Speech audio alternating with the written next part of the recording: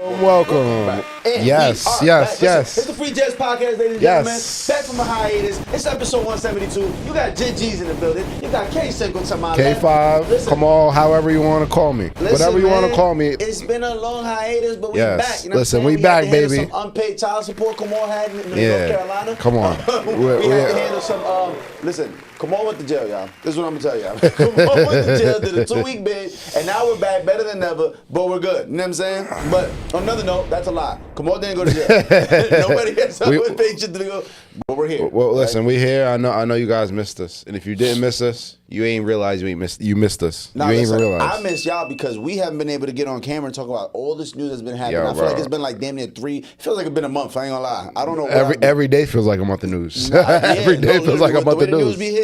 Every day is like a new month of news. But there's no way we can talk about anything outside of the number one biggest thing going on right now. I know you've been hearing it. I know you've been seeing it. The FBI has officially come down on this gambling investigation, and the two faces of this shit right now, Chauncey Billups and Terry Rozier. Chauncey, go bigger, go home, Billups. Listen, Chauncey, if you know Billups. Chauncey Mr. Russian Roulette. To ever play Russian Roulette Bullets. Yeah, that's Mr. Big Shot, okay? Yeah, but he's one of the ugliest. Him and Sam Cassell is two of the ugliest motherfuckers to ever put on a pair of basketball shorts. Not gonna lie.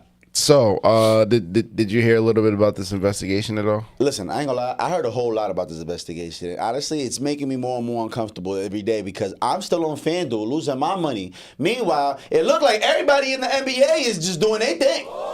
And I'm just saying, if you could do it in the NBA, you could do it in any other sport. So I'm nervous. I'm really considering deleting DraftKings, FanDuel, Prize Picks, all of that shit. It's over. Because I'm feeling some type of way. Because what you mean, bro? Yo, I think the craziest thing that I've seen through all of this is now all these highlights or lowlights of people's games where it's like, this was him clearly throwing his game, right? Like, you seen that one video of Terry Rozier against Sue? But, bro, it was like, all right, you're being funny, right? Like, you trolling right now? Because why the fuck would you play that bad? Like, he was just throwing the ball to the other team. He's like kicking it out of bounds. He's just doing fuck shit. I'm like, he's calling out of the game 9 minutes in, talking about my ankle hurt. Like, bro. So many things that just started getting pointed out to, and it reminds me of when Jontay Porter last season got caught up in that shit. I was just about to say that. He got banned for life. Michael Porter Jr.'s brother. Right, Jontay Porter. And I remember Michael Porter Jr. just did an interview during the summer that he was talking about like how easy it is to fix a game, and everybody was like, "Yo, shut the fuck up! Like, do you not know you still in the NBA? Shut up! Your brother's in jail, already got in trouble for this shit. Why are you talking about it? Like, just shut the fuck up, all right?" Now, my thing is, Jonte Murray's situation is very unfortunate. I don't condone it at all. But Jontay Porter? I said Jonte Murray. Right. Jontay Porter. I don't condone it at all, but he's in a situation where how much is he really making? I don't know, but regardless, it's a crime, nigga. Oh, of course. But I'm saying, Terry Rozier, bro, are you serious? Terry Rozier is out of pocket. He's out of pocket. Chauncey Billups, are you serious? I do want to say one thing. Are you really serious, bro? This is really what messed me up. Okay, so listen.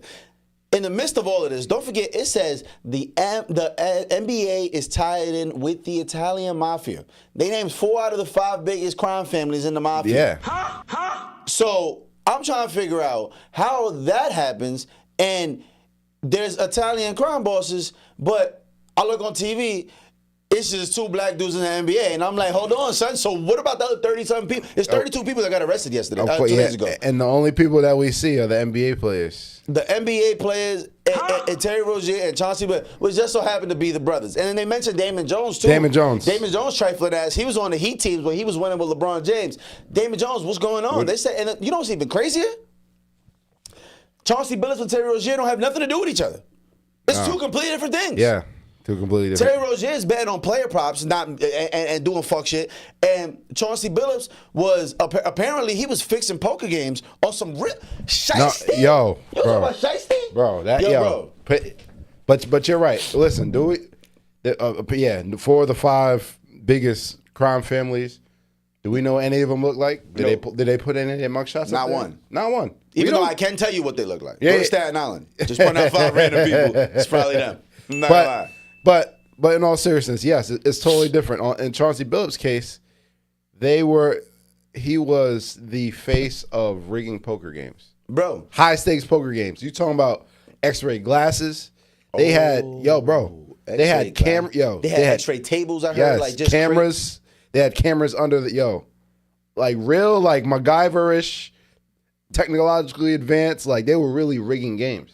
Y'all ain't gonna lie. Rigging games. If I went to Chauncey Billups' house and lost any cheese, word to my mother, I'm going to jail, bro. I got robbed. I did not lose my game.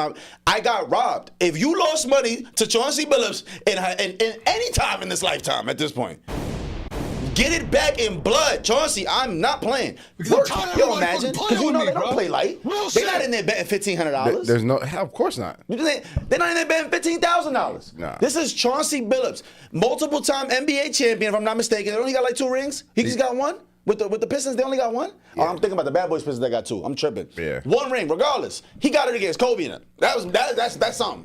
Listen, you are an NBA head coach right now. Right now, for the Portland Trailblazers, the bum-ass Portland Trailblazers. And you did what? You robbed me? I'm coming to kill you. You made tens of millions of dollars. Listen, you made over $100 million in your career, and now I'm coming to kill you. You say that. You say I'm that. coming to kill you, Chauncey. Until they talk about the mafia ties. Then I don't give a fuck about the mafia. You think mafia gives a fuck about Chauncey? We clapping Chauncey. That's their biggest asset right there. You can't. He one of them. And the mafia going to stead. They fucked with the right one. I'm just saying. But yeah. But I lose $500,000 in Chauncey Billups' basement. I'm coming to kill you. But my thing is that I got robbed. The timing of everything. You gonna wait till the first week of the NBA season? This has been a 2-year investigation. Yeah, but it's perfect timing. Yeah, fuck it. You gonna wait till the NBA season starts? He coached 1 game, and I'm like, go get him. Yeah, go get him. Go get him. Honestly, I feel no sorrow for this motherfucker. Sorrow? Absolutely not. And it's unfortunate because I like Chauncey Billups. Fuck Chauncey Billups. But nah, what He's are you a doing, thief. bro?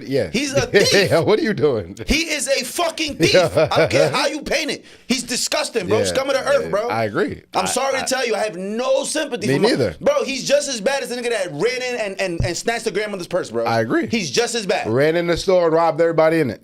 No, and pulled out a gun and traumatized everybody in there. There's motherfuckers who probably lost all types of bread in there, bro. What? Niggas who really probably got divorced over the type of money they lose in that kind of basement, No, bro. literally. And because you go in there because you think you're comfortable because he's a millionaire. Yes. I'm betting against a bunch of millionaires. Yes. They got it. If I hit them for 100,000, I know they got it.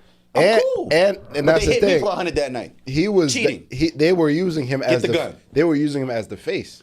And bringing as the in safe fish. as the safe face. Bro. This is an NBA ex-NBA superstar, NBA Hall of Famer. Star. He wasn't a superstar. Star. Yeah, star. But all the accolades to back, and now that's a safe face you can go in. Oh, Chauncey Billups, you know what I mean? Yeah. It's not like you're not gonna think anything sketchy going on. Whole time it was out here wild. These niggas got this shit set up like Inspector Gadget, and they got Spy Kids fucking instruments to help cheat. Like, I want to know who was stacking nines. Gilbert Arenas. Oh, and that's another thing too. Was Gilbert? You know how much telling had to be done? Yo, listen. When they said Terry Rozier, they put in these parlays, they said then they linked up in Terry Rozier's crib to count the bread, and I said, oh my God. How do you know they went to Terry's house to count the bread? That means somebody went in there and told a very detailed explanation of exactly what they did. I'm sorry to tell you. By the time the feds know they came to your crib to count the bread, you're going to prison, my guy. I'm sorry to tell you. And they also said it raised a lot of red flags because with the player props side of things, right? It was like a random Tuesday or so, and a decision right after they found out someone was playing or not playing. So much money was moved to bet. Yeah, like it was just that's what it is. Because people have to understand, Vegas has a really easy way of telling these things. This is not impossible to tell. You know what I'm saying? A person like Terry Rozier, for example, yes, he's good. He's not even the best player on his team, but he's a good player, right?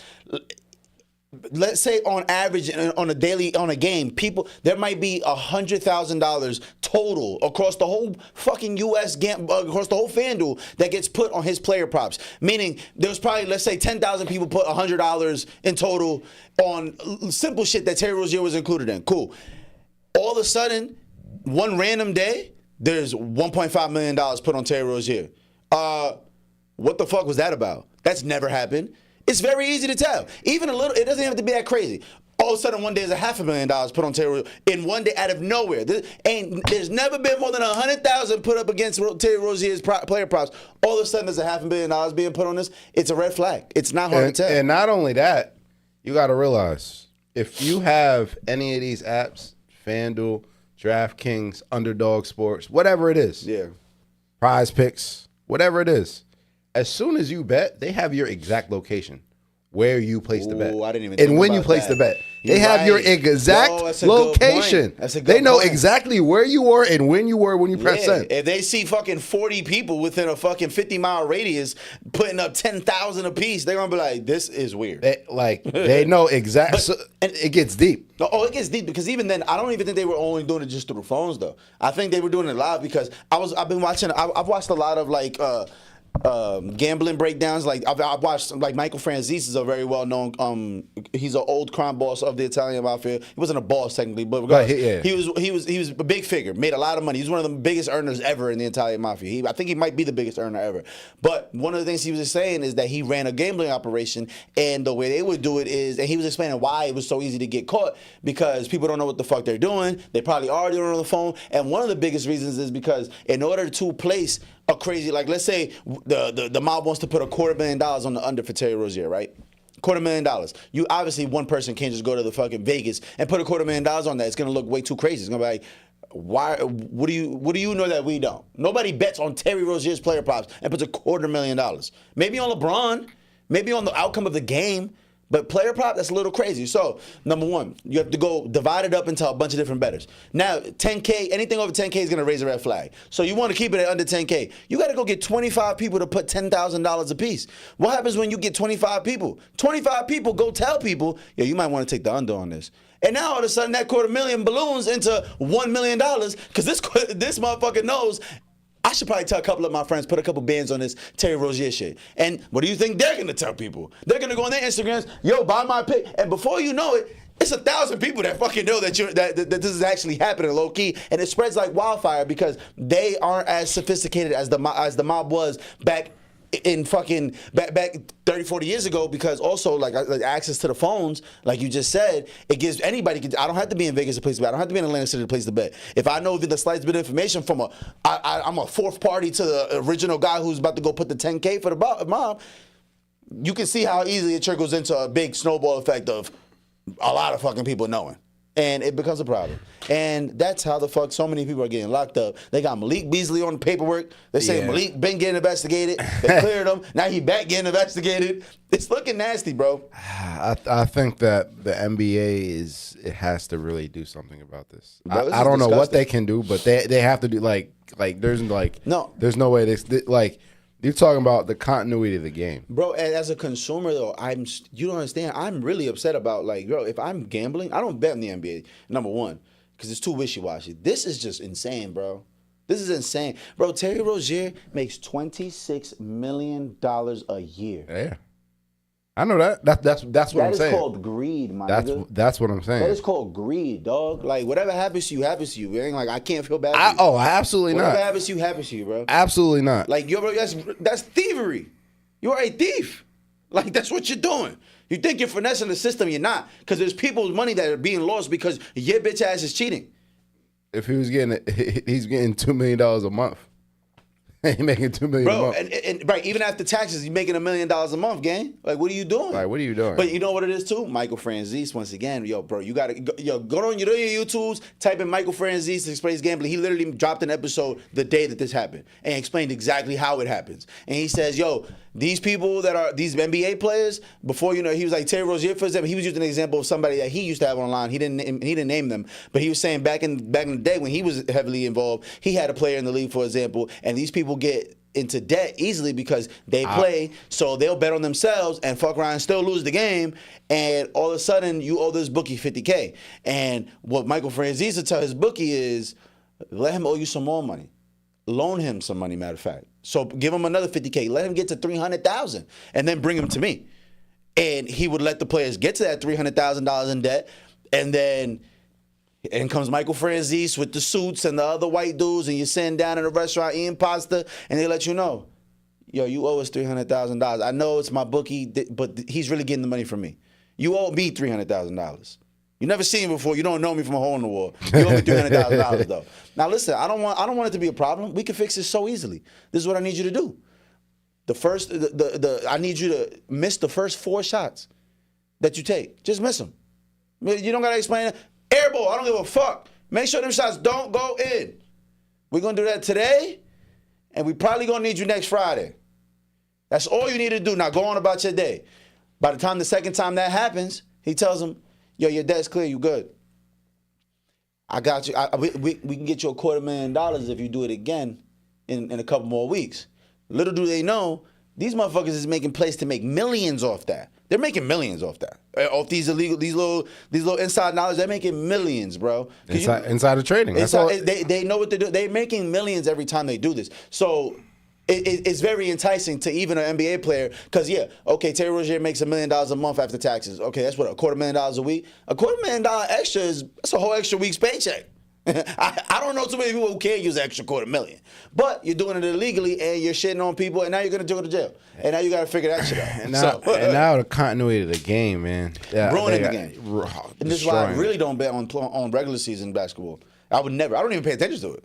I don't even care for it. I almost hit my opening day leg. I missed one. And there's a strong chance that you didn't because of some fucking mobster has this shit on shot. There's a strong chance. Brandon Ingram, count your days. Brandon Ingram, count your days. Yo, bro, I swear it'd be like that. It's like, yo, of course. But like, yo, I see the meme that was like, yo, FBI investigate Bradley Beal.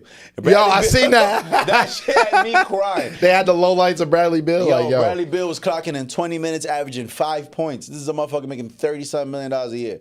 They're like, there's no way Bradley Beal is not in on this bread, bro. And they're saying there's going to be so many more people that come up. And it's like, bro, these are NBA players. These are not street dudes. These dudes don't come from the gutter. These motherfuckers come from... Not necessarily. Almost all of them come from great homes. Especially this day and age, they all come from great homes. They all come from AAU upbringings, 2 parents, they travel teams, Catholic schools. These motherfuckers don't come from the gutter no more like that. It's a very small percentage. Yeah. I'm sorry to tell you, but it ain't what it used to be. I promise you. So I'm saying that to say they're gonna start telling. They're gonna start flipping, and rightfully so. Like you see how Gilbert Arenas is coming about. He came out the courthouse like, I can't wait to tell. Yeah, he was hopping down the stairs like, take me home, take me home.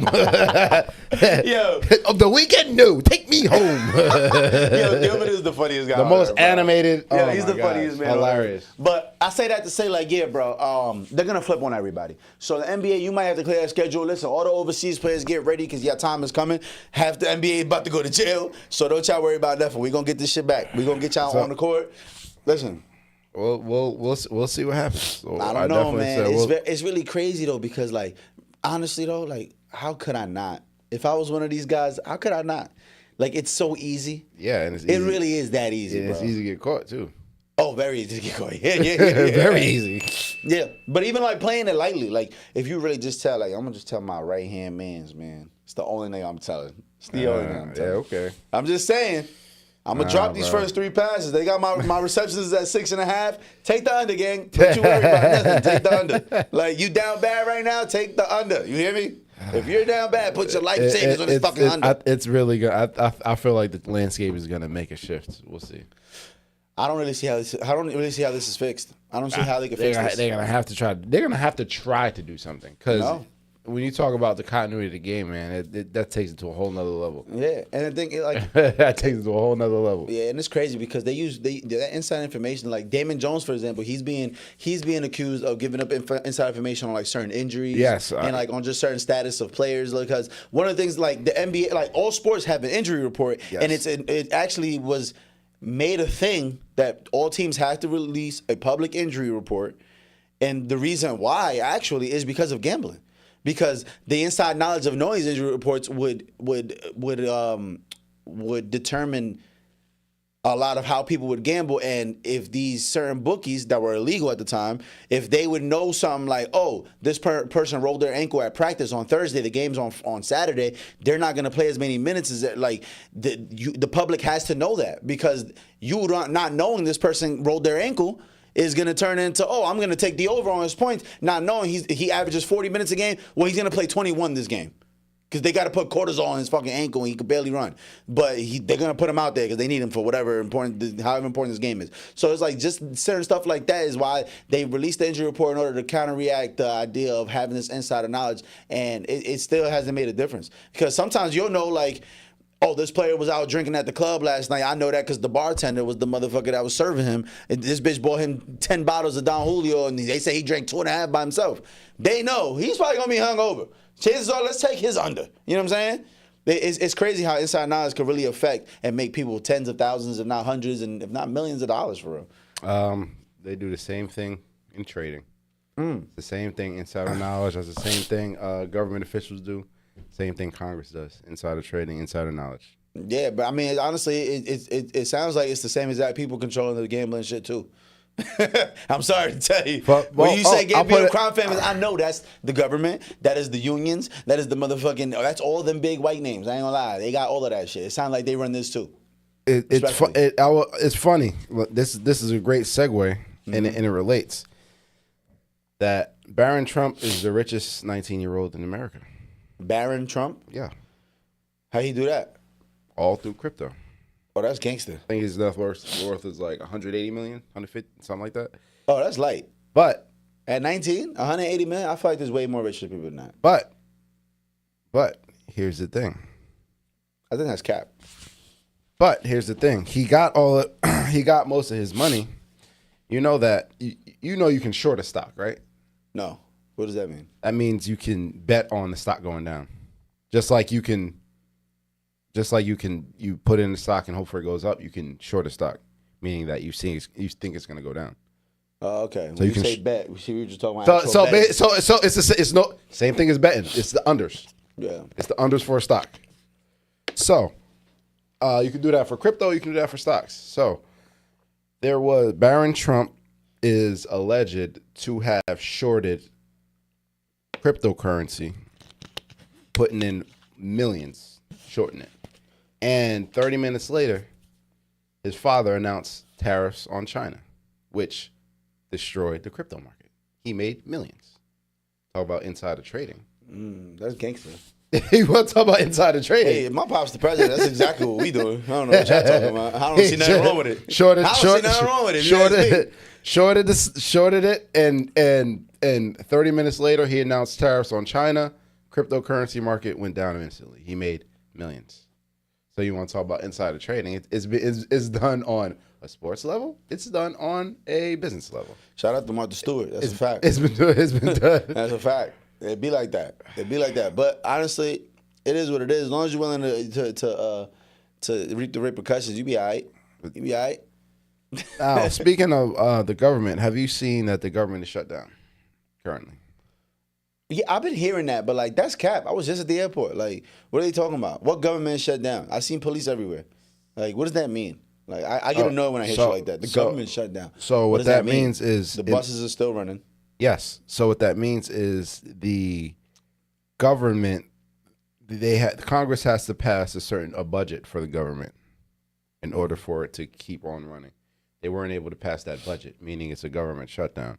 What that means is there's essential workers and non-essential government workers that still work, but some of them aren't getting paid, or some of them aren't getting the money that they should be getting until after the shutdown is over with. So some stuff still might be running, but they're not getting their paychecks that they're supposed to be getting. Not all of the workers, but some of the government employees. Hold on. Wait, so you're saying there's people that are going to work right now and they're not getting paid? Yeah. Yeah, all right. Government employees?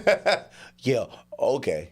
That sounds like a vacation to me. It sounds like a not paid vacation. It sounds like me going back to the trap. But I'm not gonna lie, that's what I'm not doing. It's showing up to work. You told me I didn't get paid. The second my check come up short, I'm not showing up to the job no more. This shit is done. Some of the salaries are subject to government appropriating the funds.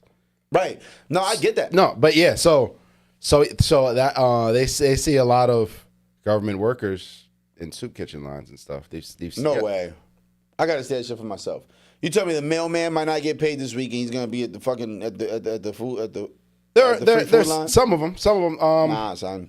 And I gotta see this shit. And do you know the reason for the government shutdown?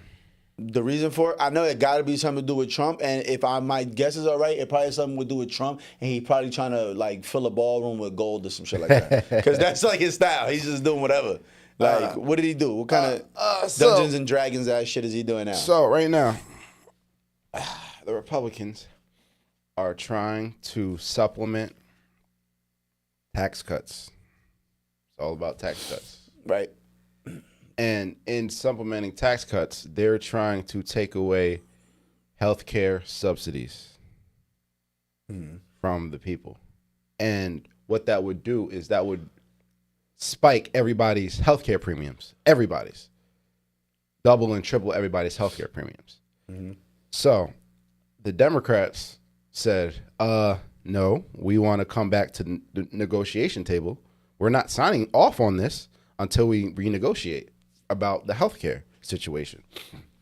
And Republicans are like, nope, we're not renegotiating. So shutdown imminent. So what do the Republicans do? They huddle up and they say, what is an issue that we can hang our hat on? What is an issue that our constituents really like? Immigration. So now it becomes Democrats want to give illegal immigrants health care. Oh, these Democrats, they want to give health care to illegals. That's what they're painting now, as they're trying to give health care to illegals. And we can look at that further and they're trying to make it seem like that the Democrats just want to give undocumented immigrants health care. You get health care, you get health care, you get health care, free health care, you get free health. But that's not the case. How it works is anybody that goes to the emergency room, they'll take care of you if you have a real emergency, regardless. And in a case of an undocumented immigrant, the government will, if they really, really need care, the government will pay the hospitals for that care. Right. But that only happens less than 1% of the time. Okay. But the Republicans are trying to make it seem that the Democrats are trying to give all these illegals health care.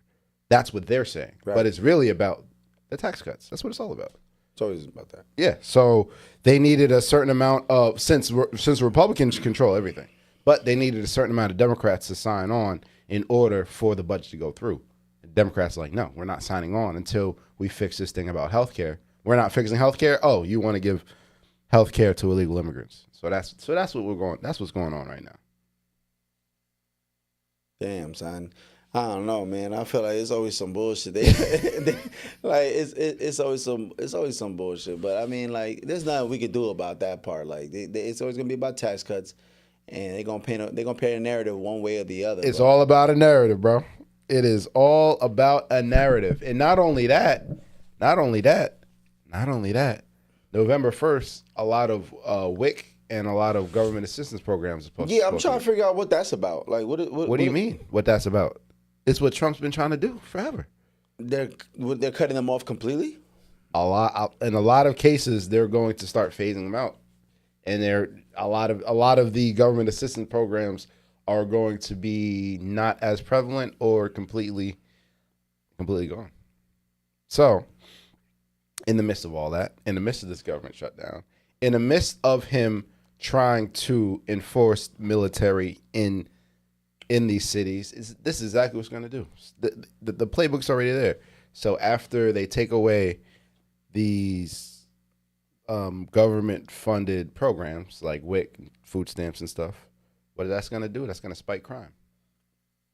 You're creating the conditions for crime, and then you're going to justify it by sending the military in these blue cities. You're going to blame the blue cities for the crime, and then you're going to try to send the military in to fix up the crime. It's already laid out. It's already laid out. It's all the playbook is there. I see it. I already see it. I see the safeties rolling down. I already know what you're doing. I see the mic blitzing. I already see it. Damn, that's insane, bro. And another study came out that 2/3 of Americans are officially living paycheck to paycheck. Man, I don't know, man. I might be a Republican, son. I don't be feeling bad for niggas, bro. I'm not gonna lie to you, bro. I'm trying. I don't hear shit. All I hear is a bunch of motherfuckers is sick because they not about to get their free food. Work hard. Get a better job. Do something. Just do something. I promise you, yo. That's fucked up because that's really what I wish I could lie and be like, yeah, that's fucked up. But I don't feel that way. I'm not gonna lie to you. I feel you. I feel like get your shit together. I don't want to hear no excuses. If we keep treating people like you need some help, here's some help. Fuck that. Fuck that. Get it out the mud. I don't give a fuck. Get it out the mud. Stop having sex until you fucking yourself into poverty. Stop having 20 kids if you don't got no fucking money. Figure it out first, and then don't start complaining that your life's hard because you got 6 kids and you don't got no fucking money. You should have figured it out before you had 6 fucking kids. I'm sorry. No. I don't feel bad for niggas. I'm sorry. I cannot. No. All these poor motherfuckers in the middle of Oklahoma, fucking middle of Nebraska, figure it the fuck out. Because those are the people that's really stressed out. I'm not gonna lie. They really don't got it. I ain't gonna lie. They're fucked up over there. And $8 an hour, I get it. Figure it out. Let's figure it the fuck out. I mean, move to the East Coast, move to a place somewhere you make some more fucking money and make something happen. You know what happens in the fucking poor ass countries? People dream up a plan, move to America, get a hard working ass job to make $1,000 a week, and they strive and take their kids and their kids become a better version of them and work hard. And it's just like, bruh, I don't want to hear the complaining, bro. I don't want to hear that shit. I don't feel bad for none of y'all. I'm not gonna lie. I get it. Everybody's in a fucked up position, but I cannot feel bad for niggas. I don't. I refuse. I re-fucking-fuse. Okay. And I got a lot of poor family. I'm talking about them. I know. There's no excuse. Get it together. Now that's how I feel. Now it's easy to say that. It is. It's a lot. It's very easy to say that, but you're not taking into consideration how the quality of life has been eroded and the floor has been ripped under us as a whole country over the years, and we're starting to see it really hit the fan.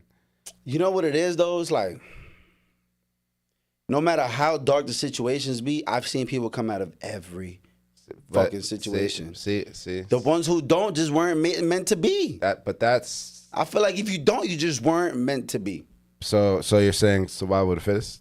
Yes, exactly. That's well. It's fucked up, but that's really what I feel like sometimes. So when I hear people complain, it gets me mad sometimes. Now, I'm like, yo, figure it out. Now, survival of the fittest in nature is nature's law when resources are scarce. Only when resources are scarce. Okay. Not when resources are abundant. That's the major difference. In Africa, you can see the watering hole. You can see a hyena and a gazelle at the watering hole together. The hyena only hunts when it's hungry. Okay. Through nature. You see what I'm getting at? If you look at in the Sahara, if you look at the rainforests, where competition is really big for soil, and when you're talking about trees and plants and stuff, the soil is very infertile because there's so much competition. Other places in the world, when there's not a lot of competition, there's abundance of nutrients ready to go. So when you talk about survival of the fittest, it's only when resources are scarce and not abundance. When you're talking about when resources are abundance, if there was a situation where you put monkeys in a room and there was one monkey who was hoarding all the bananas, all the scientists look around and say, what's wrong with that monkey? Why is he not sharing the bananas? Or not necessarily is why is he letting these other monkeys starve while he has all these bananas? So when you talk about survival of the fittest, it's based on resources and if they're scarce or not. You know what I mean? Yeah, but like I feel like that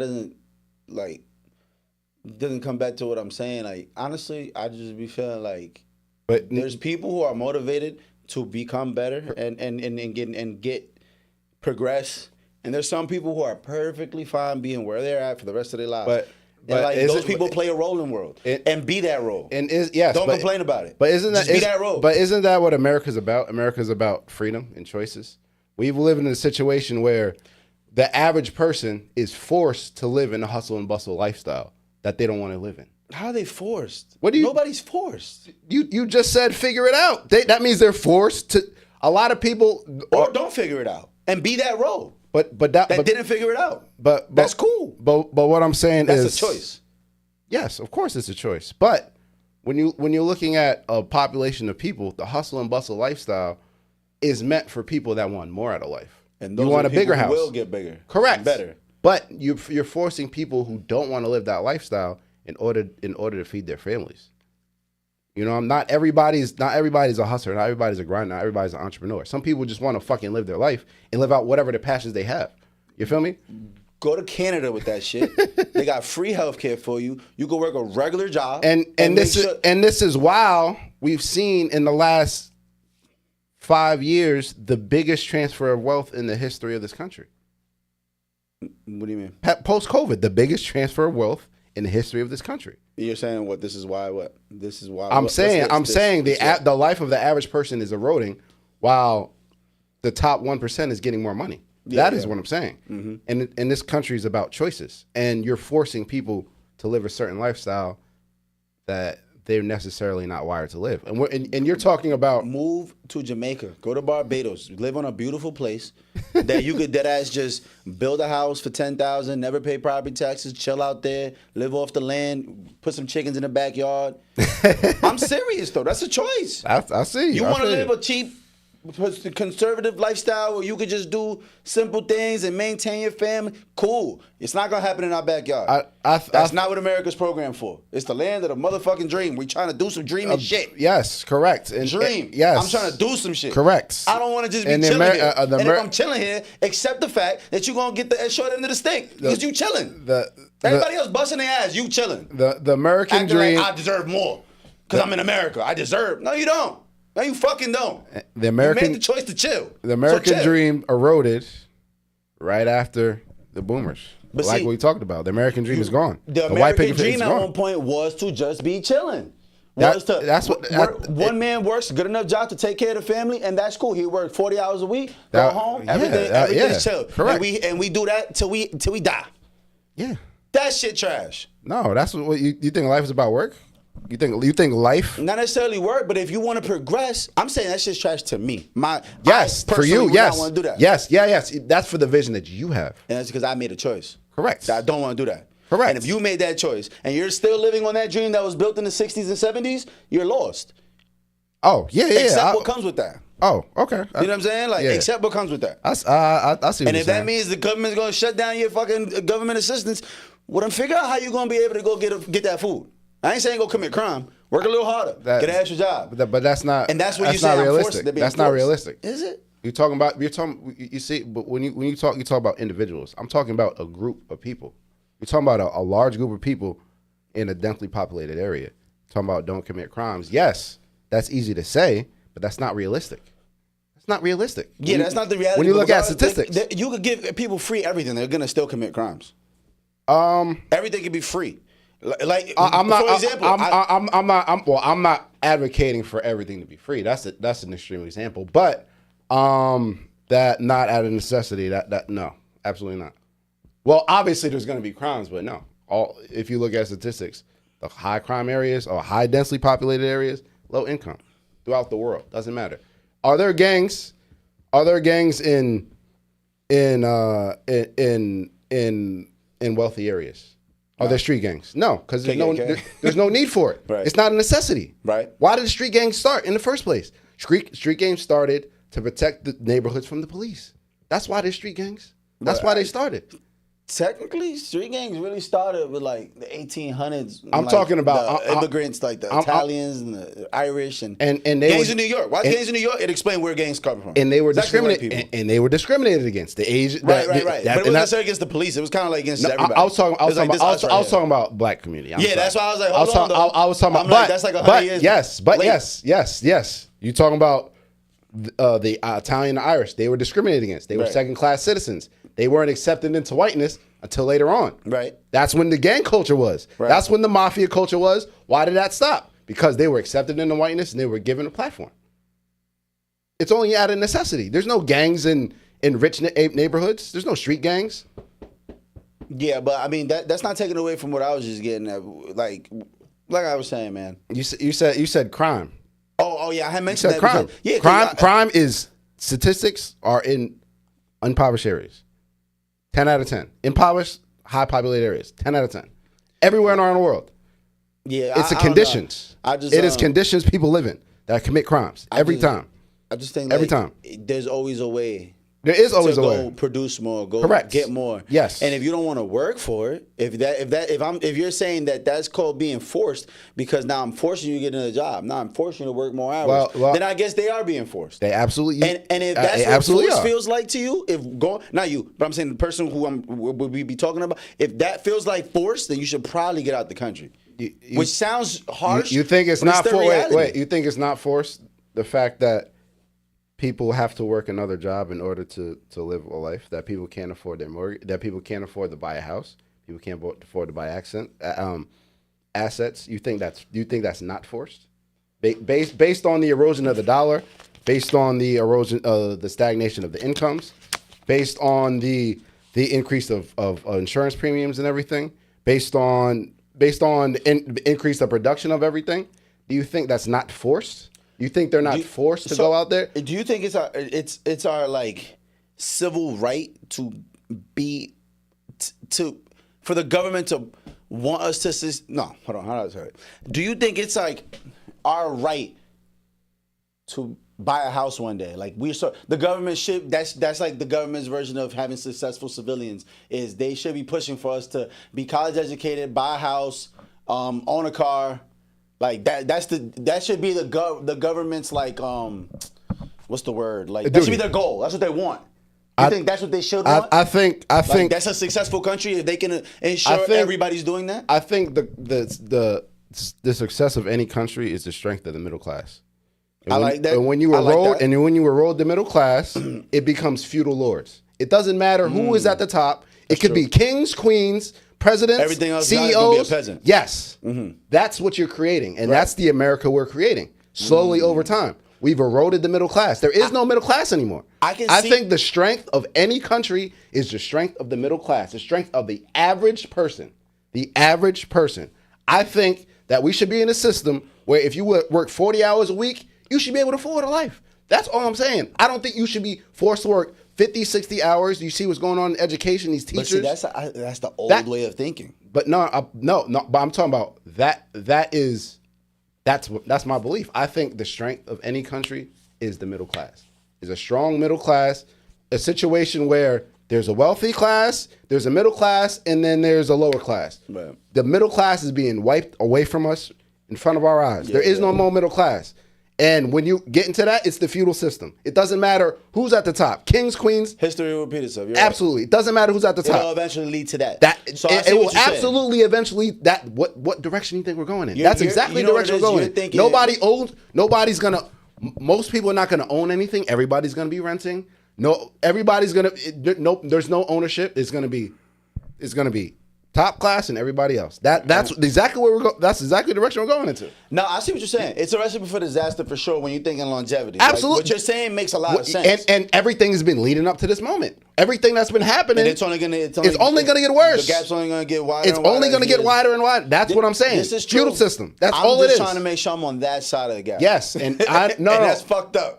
Yes, because that's how I feeling. Yes, I'm just ready to do anything to not be part of the peasant class. Correct, because that's gonna hurt. Yes, poverty sucks. And yes, you have the ambition of getting to that. But right. I'm talking about the average person. The average person doesn't have your ambition. Should the average person have your ambition to live a normal life? They shouldn't have to. Is what I'm saying. They shouldn't have to. They shouldn't have to. If you want more out of life, yes. If you want a bigger house, you want a bigger car. Go out and be an ambition, be an entrepreneur, work your way up to the top of the of your job, make all the money. Yes, that is success to you. Money is not success to everybody. No, it's a fact. Yes, and I understood that. That's what I'm saying. Before anything, but that's what I'm saying. But I'm also saying that it's not the government's like responsibility to make sure that they're creating this middle class. It absolutely is. Until you started explaining a little bit more of why it'll impact in the future. Absolutely, which makes sense because you're right that's not that we've seen that system fail plenty of times. Where 1% is rich, the rest of the world is poor. It's not going to work. That's where we're going to. That is the consolidation of power. Everybody, the small percent owning everything. That's what we're doing. We're on our way to that right now. Yeah. We're on our way, and it's not getting any better. I just have a really hard time Feeling bad for people who don't want more out of life. I mean, but I feel like, I think that's relative. What's more out of life to you might not be more out of life to somebody else. You're talking about monetary. You're talking about monetary success. That's not success to everybody. Not necessarily though. What do you mean by more out of life then? What do you mean by more out of life? You talking about working harder? Just working. No, but figuring it, maybe you don't have to work harder. Maybe you have to learn how to spend less. Maybe you have to figure out how to to live the life that you want to live. Figure it out. And that is the talking point a lot of them are using. You cannot financial literacize your way out of shit that's going on. You're talking about financial literacy. You can't financial literacize when you can't afford anything. You're not financial literate enough. You're not budgeting enough. You can't fucking budget when you can't pay for anything. So if you can't pay for anything, it sounds like your first problem is monetary, though. But yes, but no. So get a better job. Correct, but work harder. But what I'm saying is, I don't necessarily think that people that should be a bottom line base. You're talking about for a better life. Not everybody wants to live that lifestyle. Is what I'm saying. But the reality is, nothing's gonna get cheaper. Yes, we know that at all. Yes, ever. Correct. Ever. It'll never get cheaper. So what's the solution for you? Like, for the person that, not you, I'm speaking in general. What's the solution for the average person? They're just gonna sit around and complain until the government fixes it? Well, it's not. I mean, it's not until it's making sure that you're electing the right people to help out the masses. So essentially, sit around and complain until the government gets fixed. Yeah, for the most part. I mean, and that's why my brain, when I hear that, I'm like, yo, man, shut the fuck up over there. I don't feel bad. When I hear that, I'm like, then shut the fuck up.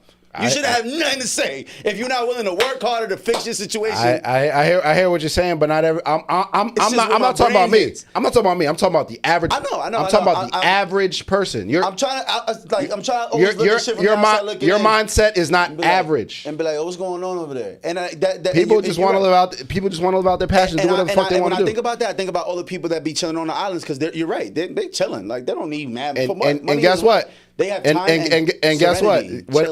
What is their suicide rate? Not as high as ours. Exactly, because they're chill, stress they're rate, serene, stress rate, chill. not high as ours. Everything's chill. We all poor. It's lit. Who cares? It's all relative. Yeah, and that's when I see that, I get jealous when I go see that shit. And I know that they're fucking dirt broke, but I know doesn't that they're matter. stressed. Those kids, you see them kids, you never seen a brighter smile on them kids' faces. Exactly. Like, then you go down there. I see that and I'm like, yo, that's crazy. They don't have like money means absolutely nothing to these people. Perspective. No, and it's a beautiful thing to see, but it's just not this country. So like, if that's how people want to live, take that shit to Uruguay or some shit. Go to Chile, go to Peru. You can work as a fucking a server for the rest of your life in Lima, Peru, and live amazingly, bro. We've seen it. Go live $300 a month apartment, fucking out looking the ocean. Go do that. I feel you. If you want to be at peace, chill, serene, not have to work your ass off to ascend, because I feel like a lot of it is that you're comparing it to other people. Not you. I'm saying the person who would be in that situation. Like I feel like we're constantly comparing ourselves to what's going on, and it's like I'm clearly living broke because my family is eating bullshit today, and that family is eating. They work a better job. They're eating whatever the fuck they want today, and we're shutting on government assistance. And it's like now I'm complaining about the government assistance instead of just going to work a little harder, or going to get a better job, or get a little smarter so I can get a better job. AKA go get educated, so you can get a resume and get a better job. And you talk about that. That's the thing. The value of education ain't what it like in the back. Now you got all this student debt for job that don't even pay. That's the point I'm making. The society is eroding. You talk about going to get a job, going to get education. You spun me through the circle to make me realize like you have a really good point. Our generation is the most the numbers, the math is not mathing. You're right. They told us to do all this, and it's not mathing. Yeah. We still don't have shit. Yeah. We have the least amount of assets to any previous generation. It's not mathing. But you know what? It's not mathing. You said something before in a couple episodes ago. I remember you said something like how college used to be free. Yes. And all that shit. Correct. And when they were feeding us this whole get educated, start a family young, and do all this and that, settle down, and you locked in the rest of your life, they were teaching that through the 60s and 70s. Yeah. And then Sally Mae came and said, wait a minute, all of a sudden this education going to run you about $100,000 or better if you really want to go on. Yep. And now we're going to put you in debt for life from the beginning of this shit. And it's like, damn, this is the end result of it. And 40 years later, we're complaining about, yo, everybody's college educated, but we don't got the jobs you told us we were going to be able to get. You told me if I go to school, I'll get $180K by the time I'm 40. By the time I'm 40. And now you talking bachelors for $65,000? I'll kill you. What the fuck are you talking about? I'll kill you right now. That's fucking crazy. Like that is crazy. But do you see what I'm saying? Eroding society. That's crazy. Feudal system. That's all I'm saying. Damn, feudal system. Middle class is gone. No labor unions. Where employees can do whatever the fuck they want to the employees. Because guess what? All the other employers are doing the same thing. Try to get a better job. Everyone else is doing the same thing. So what do you want to? That's all I'm saying. Feudal system. I definitely do agree with a big thing you said was our country is only as big as our middle class. Our country is only as strong as our middle class. That's all. I 100,000% agree. A big reason why I can definitely agree to that is because the last prior to these last 20 years. When we started just running shit again, when shit started getting better after a bunch of those wars calmed down, the 80s to the 2000s, shit was booming. Shit was booming. Yes. And it was all middle class. The suburbs were popping up left and right. Bro. And everybody had money to spend. And slowly too, women started getting into the workforce, which only added more money to the household, which ensued we became the most educated fucking generation. Anybody born from the 80s and up, educated as fuck, college, all that shit, everything started changing. Things started changing drastically. Yo, I'm telling you, even after the Great Depression, the New Deal came in. That's when we were that middle class was at its strongest with the New Deal. Social Security, strong labor unions, colleges were free. Everybody had money. Everybody was lit. Nobody had everybody had to.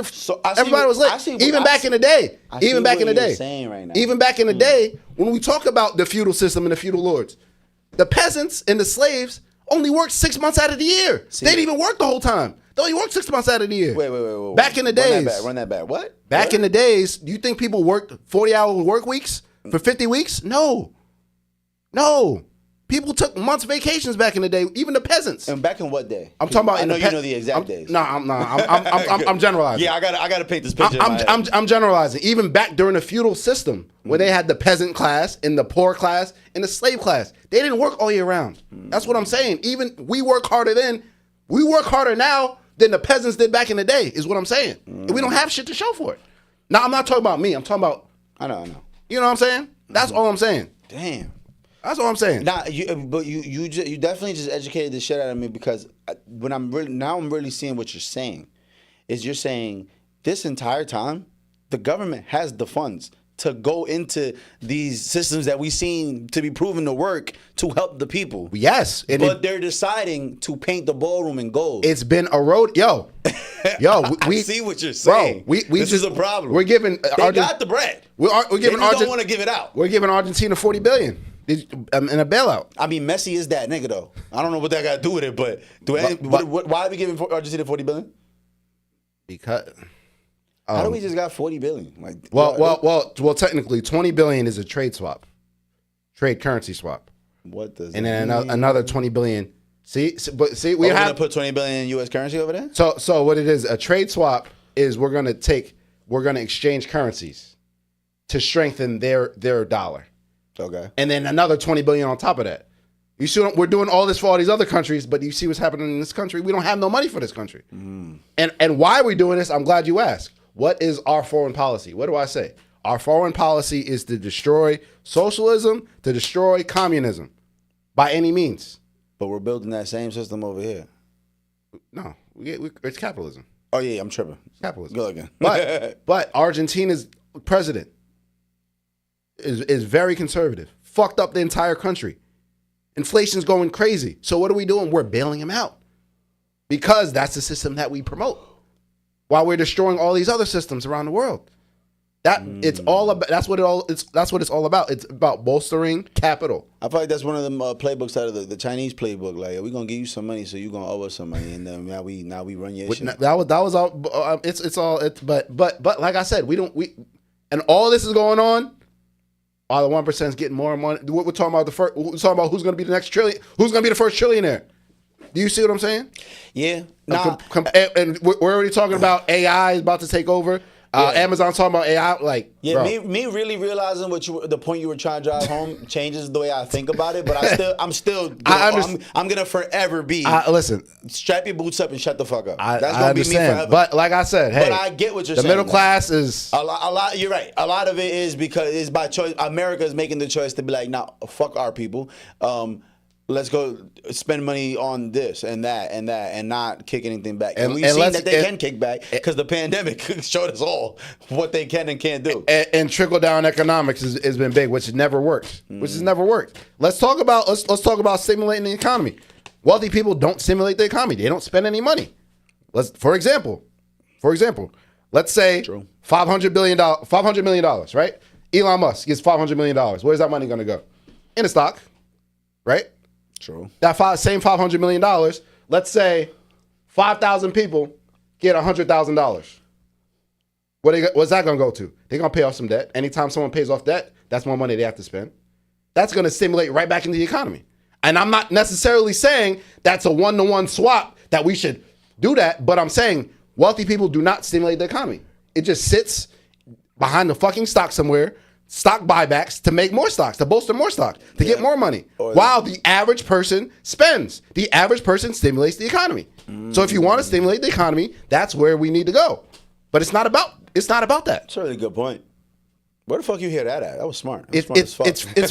Think about it. That made a lot of sense. You're right. If 5,000 people if you're not getting $500 million, he's not gonna do shit. He's not gonna do shit. He's gonna go fucking buy a penthouse and store it there. He's not gonna do shit with it. He's gonna buy a $500 million penthouse. Nothing's gonna happen. Damn. Nothing's gonna happen. It's gonna go to some offshore account where you don't gotta pay taxes. Whatever. No, you're right. But 5,000 people get $100,000. You know how many people are gonna eat off that? Yeah, that's a fact. That's why it's a strength. That's why trickle down economics doesn't. Richard Nixon right now is doing laps. In hell. He's loving it. He's doing laps in hell right now. He's doing backflips. He's like, look what I did. He's doing backflips in the blue flames right now. Yeah, he set all the sliders for the game. He's sat back and watched. Yeah. He's just sitting back watching, looking up, like, look at this shit going on Earth. with the championship ring. Bro, this shit is crazy, bro. Yo, that's crazy. Yeah, you really just broke some shit down to me. I'm just saying. It had to really be broken down. Like I said, really feudal system. Everyone else. It doesn't matter who's at the top. It's a feudal system. I don't give a fuck who you can name. The oligarchs you can name. No, you're right though. Doesn't matter. That is a dystopian society. Dystopian. No middle class is a dystopian society. They've been trying to erode the middle class for years. We see how that shit does not work. And history repeats itself. History always repeats itself. Damn. Speaking of, I want to talk about a very important topic. We talked about Trump and everything. We talked about a little bit about these other countries. We talked about Argentina. I want to bring it also to South America. Do you see what's going on with Venezuela, with Colombia? What's going on? I feel like we talk about Venezuela every 3-4 months. What's happening in Venezuela? It's heating up. It's heating up. But so the U.S. just shot down a few boats in Colombia, Venezuelan, and Trinidad and Tobago water. Mm-hmm. And they're saying that they were drug dealers carrying fentanyl. And at least 34 people died. And the president of Colombia is pissed. He's mad. Yeah, because it's probably his boat. He came out with a statement saying that the U.S. government just killed fishermen. We need an explanation what's going on, and let's talk about all the war crimes that we're committing. Well, not all of them because that would take too long.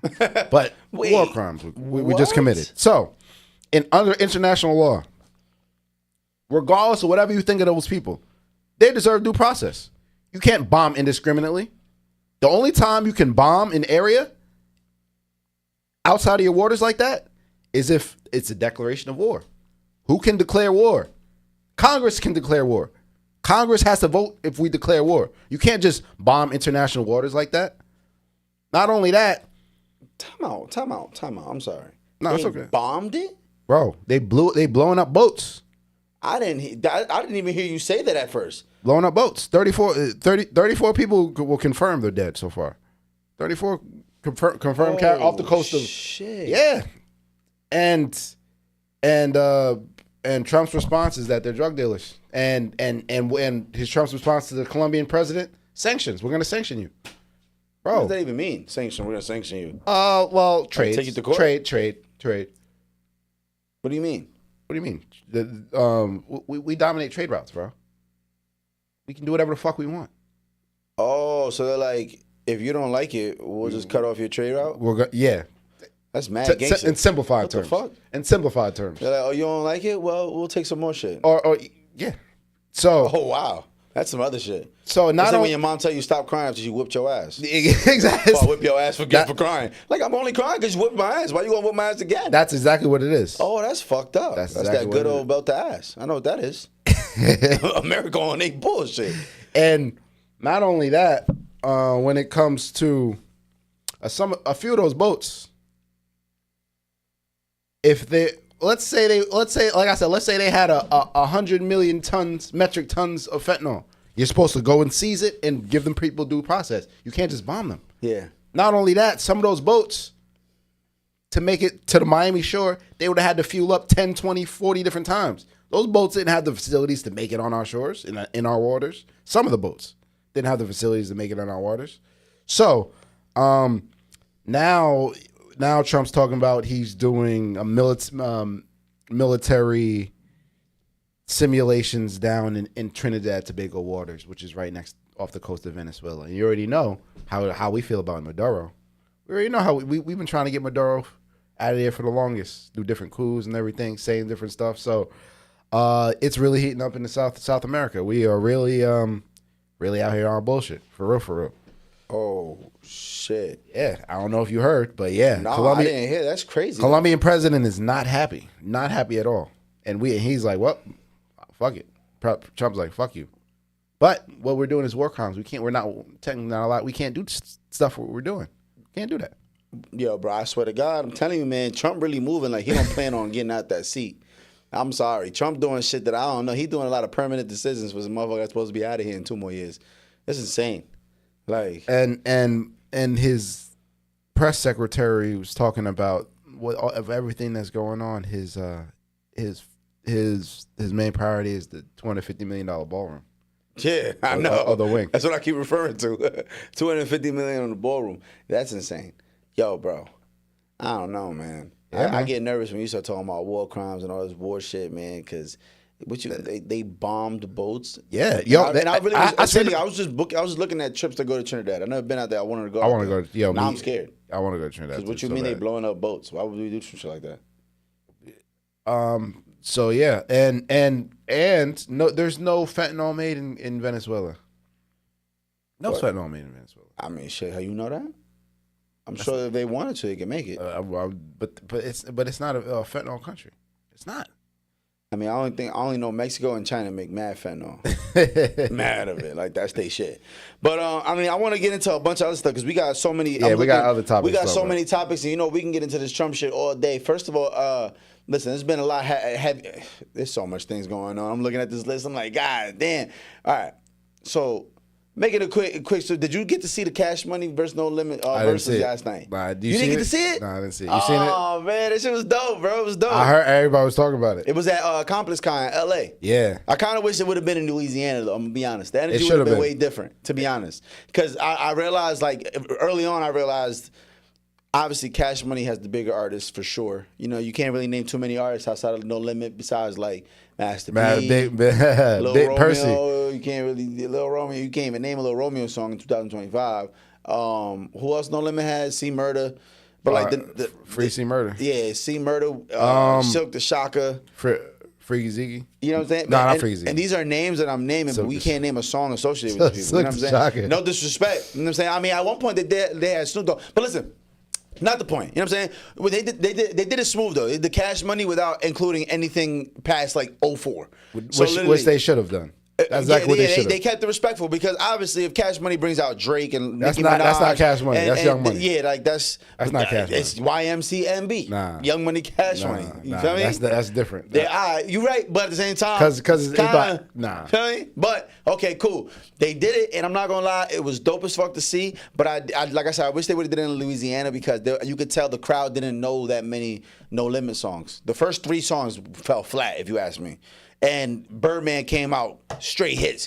Juvenile and BG just really Juvenile carried the whole verses by himself. And I forgot Juvenile, Juvie YN high key. He like the Louisiana version of Jim Jones. He like a 50-year-old YN. Yeah. He's walking around a Mary down with a book bag and a headband, sagging hard as a bitch, and he turned that shit up. Though. I ain't gonna lie. Juvie turned it up, and towards the end, the last song, I ain't gonna lie. There's some No Limit songs we forgot was No Limit. There's some songs I forgot all about. Remember that old school shit from MySpace that you ain't gotta do too much from the look in your eyes. I can tell you all about. Remember that? That was No Limit. I didn't even know who the fuck he was. That was the jam. That was that shit. That came out middle of the verses. I'm like, what? I didn't even know this motherfucker. Nah, my joint is chopper style though. Yeah. That's my joint. Chopper style. Yeah. All right. So they did that, make them say, huh? You feel me? They had their shit. Don't get me wrong. And then they ended it with fuck the motherness. Because and you forget Snoop Dogg was part of it. Yeah, he was. Snoop Dogg was part of everything. Yeah, Snoop Dogg's part of No Limit, and Snoop Dogg has 2 verses on that song. So they went crazy on that at the end. But I'm sorry, there was just nothing you could do when you put on back that ass up, bro. I'm sorry, it was just nothing. They played a Millie by Lil Wayne. Like the second to last song they played was a Millie, yeah, but I didn't like it because first of all, Wayne was on the flyer and didn't show up. That's weird. 2. It's like nobody performed. Like the Wayne's part just played, and you just seen Birdman and them just walking around, dapping each other up, like, yo, we did this, we about to go crazy. We got one more song. They ended it with Back That Ass Up. You see Tony Braxton on stage shaking ass. It's a lot going on. Tony Braxton. That's what I'm saying. Like 60-year-old Tony Braxton shaking ass is crazy. Birdman shouts out Youngboy like 3 times during the verses. He got the Youngboy chain on the whole time, and Birdman really stamped. Listen, Birdman really burnt out though. That's what I realized. Because at the end he gives like a little speech, and he goes off and he's shouting out everybody. He's like, yeah, love y'all. He said, listen, at the end of the day, until I fucking die, Cash Money will live on. He was like, shout out to Youngboy, whoever ain't with us, fuck you. We on some other shit right now. And he was just basically saying like, this Cash Money shit never die, bro. And I believe him, bro. I ain't gonna lie. I think Birdman is the GOAT when it comes to music executives that built it just off music. Like if you look at, I think he's also the GOAT of not paying people. That too, but that's all right. He's also. But if you were to think about it, like nobody else got as rich as Birdman off pure music. Nobody else. Everybody else had to venture off and do something else.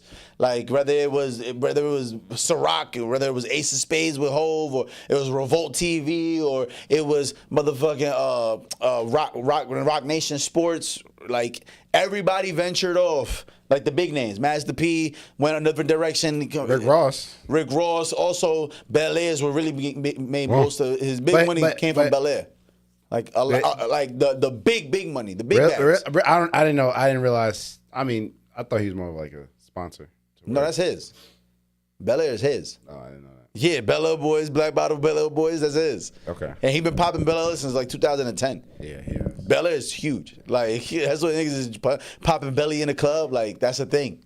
Yeah. That's him. That is. Ace of Spade is Hove and Ciroc is Diddy.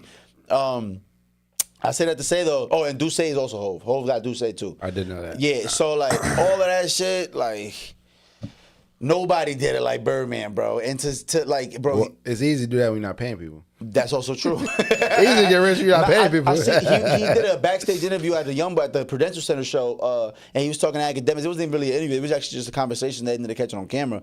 And Birdman was saying he did over 100 billion streams, bro.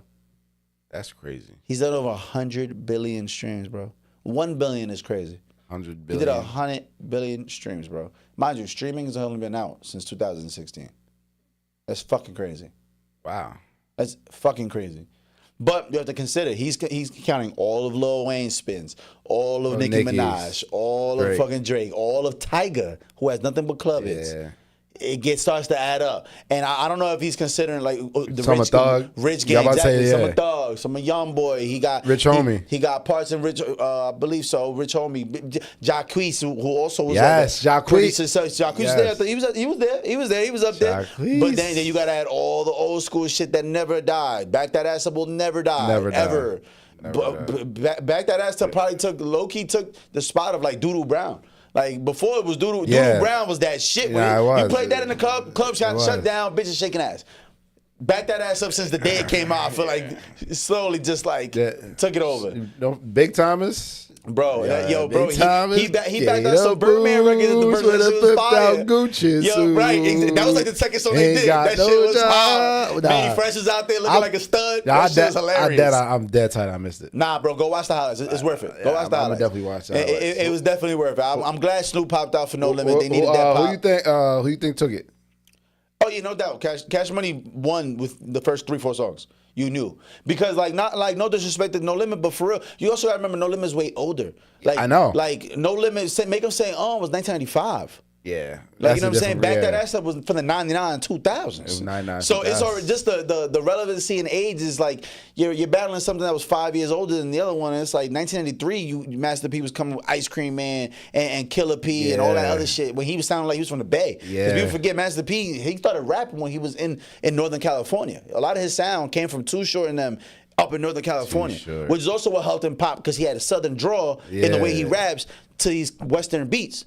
And everybody was like, yo, what is this sound? And he came up with this. And it was like, it was so absurd. You know what I'm saying? Jermaine Dupri ran with it and took the Brad. And all them motherfuckers got popping off that same sound.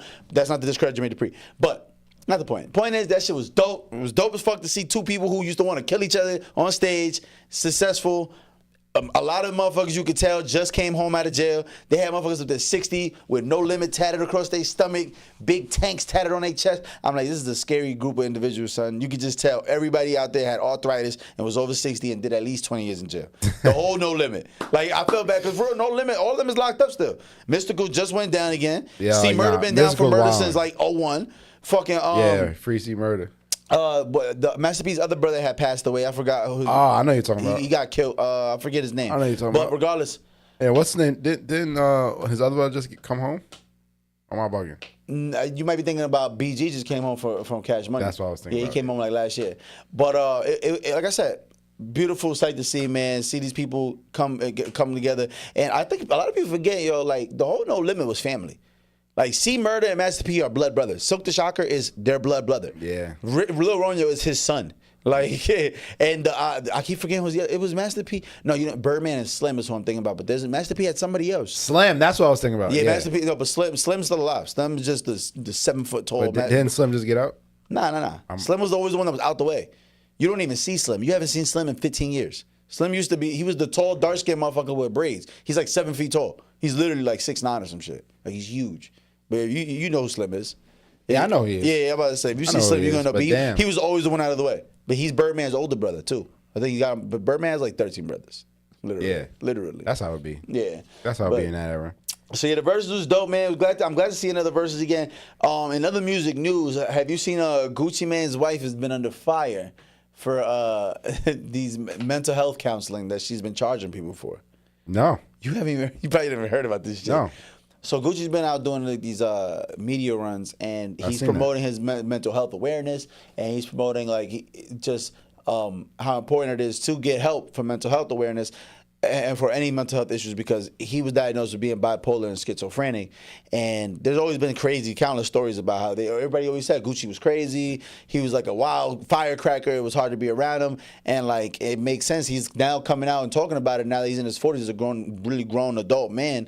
And he's just like, yo, listen, like I was tripping. Like he was apologizing to people. He even said, like, when Young Thug came out and there was that recording of him talking about Young Thug, he said the second he heard the song Miss My Dogs, he said, I forgave him immediately. He said, because I know exactly what he was going through. Sometimes you're going through a dark time. You might say some absurd shit. You're not even really thinking, like, you're not thinking about other people. You're thinking, I'm never coming out of jail.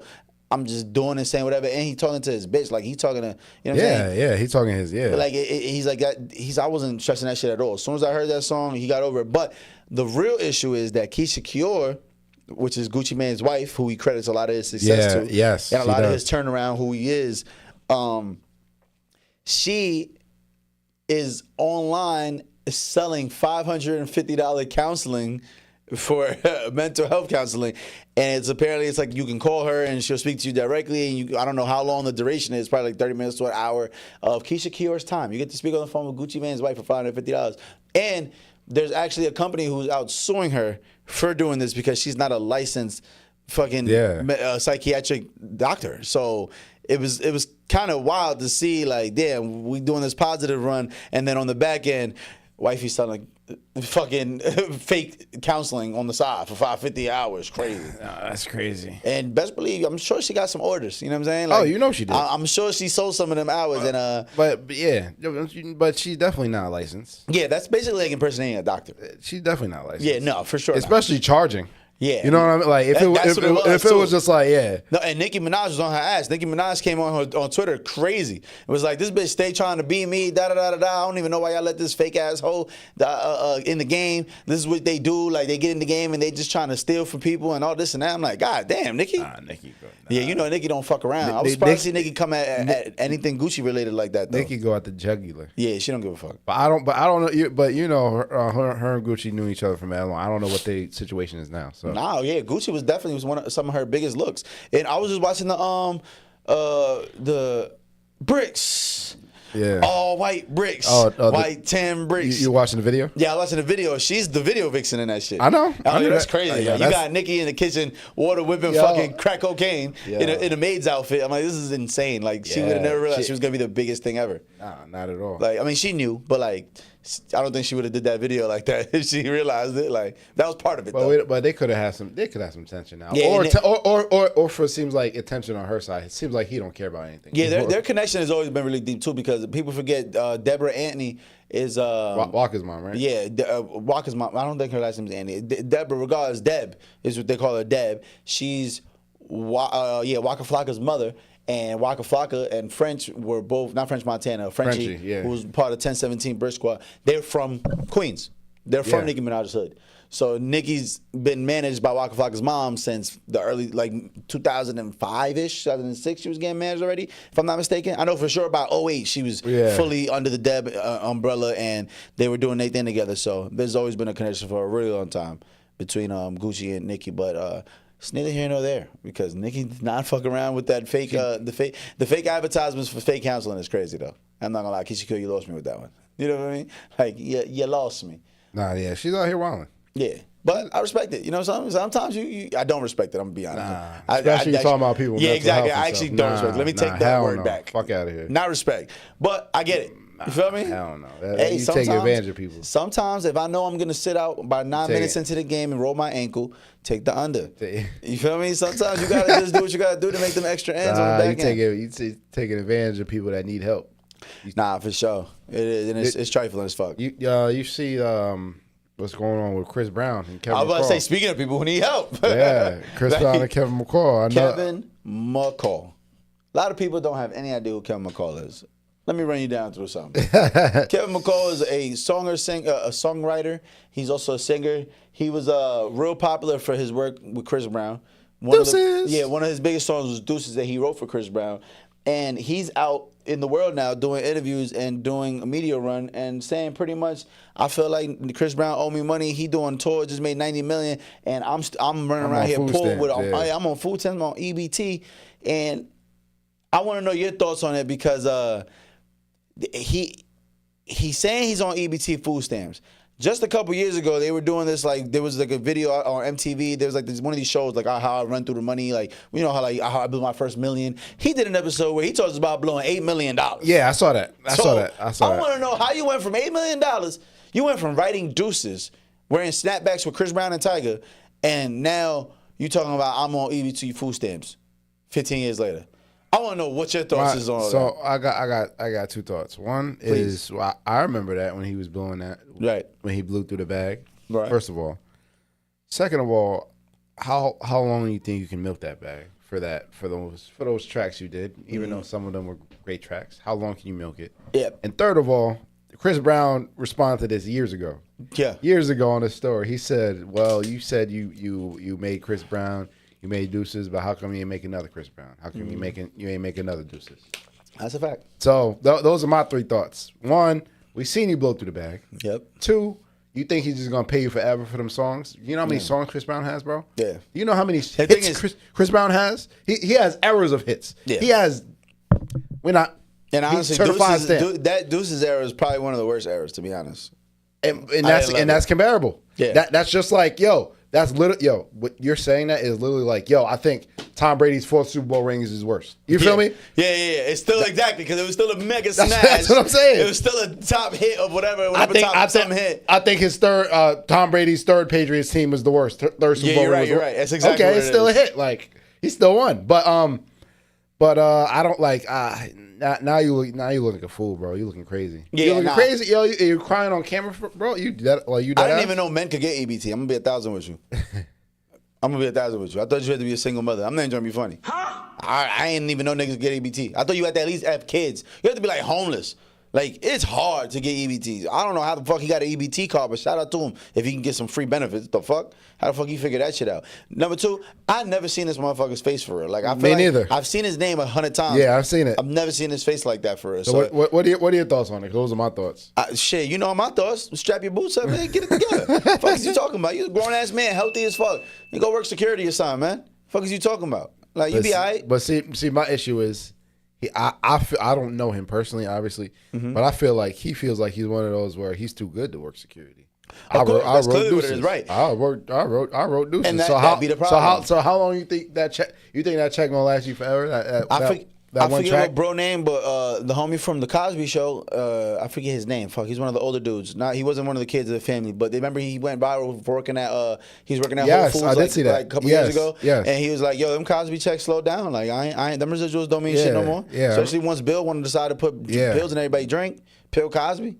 It's over now. Yeah. Ain't no reruns. Reruns ain't running like they used to be. Ain't no 6:30 slot in Nickelodeon, Noggin, none of that shit. It's over. And that's respect. But that's the thing. That's what I'm saying, right? You don't see him sitting around bitching. He could be complaining, I don't get my royalty checks no more from the Cosby Show. That nigga put his boots on and went to Whole Foods. But then another side of it, which I don't necessarily like, there'll be people that will clown him for that. I just saw like I Love McConan. You see him? I Love McConan got a real job. I thought he was trolling, but yeah, I've seen that too. I did see that he was working really like at a burger shack.